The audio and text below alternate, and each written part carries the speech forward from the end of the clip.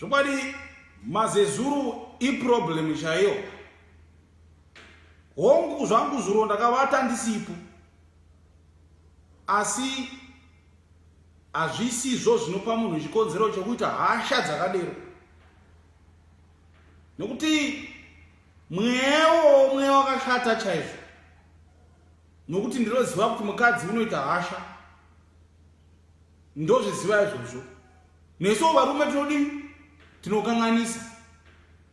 Asi kuti muite maitiro akadai vakadzika. Zvokwadi maitiro aya akashata.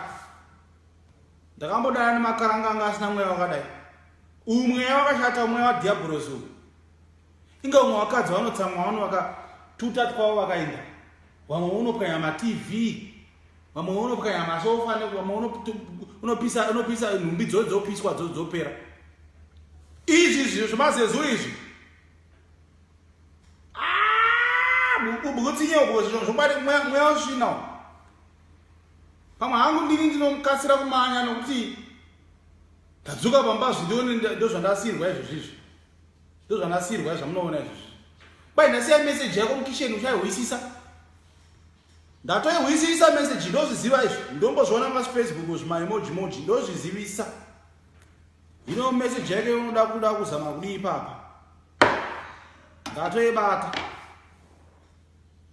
Mweya usvina zvokwadi. Hakuna zvekudero.